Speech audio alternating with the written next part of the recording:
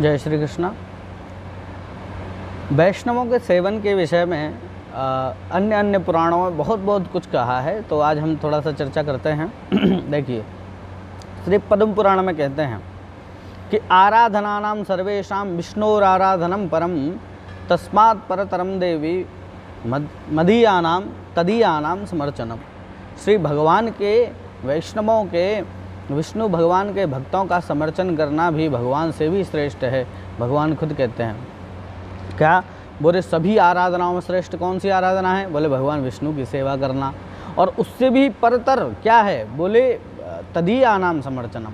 उससे भी परतर जो अगर कोई समर्चन है या कोई आराधना है तो वो वैष्णवों की चरण सेवा है। जो वैष्णवों की चरण सेवा कर लेता है वो सर्वश्रेष्ठ माना जाता है। क्यों? बोले क्योंकि भगवान के भक्त जो वैष्णव होते हैं वो कौन होते हैं? बोले वैष्णव जन तो तेने कहिए पीर पराई जाने रे। वैष्णव जन वही हैं जो दूसरे की पीर को समझते हैं, और जो दूसरे की पीर को समझेगा और जो उनकी सेवा करेगा, जो उनको पुष्ट करेगा, तो संसार की दुख अपने आप नष्ट हो जाएंगे। तो वैष्णवों की सेवा करना भगवान विष्णु की सेवा से भी ऊपर बताया। और कहा क्या?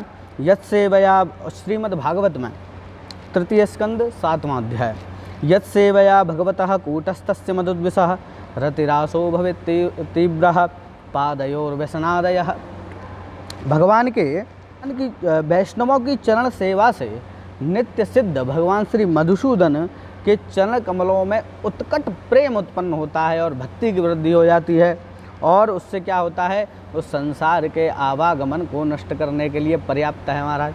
ठीक है, फिर दोबारा बताते हैं और फिर कहते हैं वैष्णवों के विषय में सर्वश्रेष्ठ एक बात कहते हैं। क्या? बोले जो वैष्णवों का वेश होता है, हाँ, जो उनका वेशभूषा होती है, शंख चक्र इत्यादि उनके शरीर पर लगे होते हैं गोपी चंदन से। बोले कहते हैं शंख चक्रांकित तनुहु शिरसा मंजरी दरहा गोपी चंदन लिप्तांगो दृष्टश्चेद तदघम कुतः। बोले पाप नहीं रह सकता। कब नहीं रह सकता? बोले अगर किसी वैष्णव का दर्शन कर लिया जाए, और वो भी कैसा वैष्णव? बोले शंख चक्रांकित तनु, जिसके बदन पर, जिसके शरीर में 12 तिलकों से युक्त शंख चक्र इत्यादि के चिन्ह बने हों गोपी चंदन से, और माथे में गोपी चंदन लगा हो, और सिरसा मंजरी धरा, जिसके सर पर मंजरी रखी हुई है महाराज तुलसी की, हैं। और क्या है?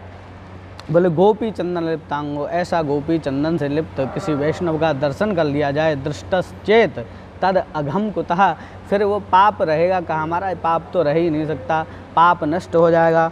और वैष्णवों के सेवन के बारे में जैसे प्रथम स्कंद में आप सभी बोलते हैं, सभी कथावाचक बोलते हैं इस विषय को।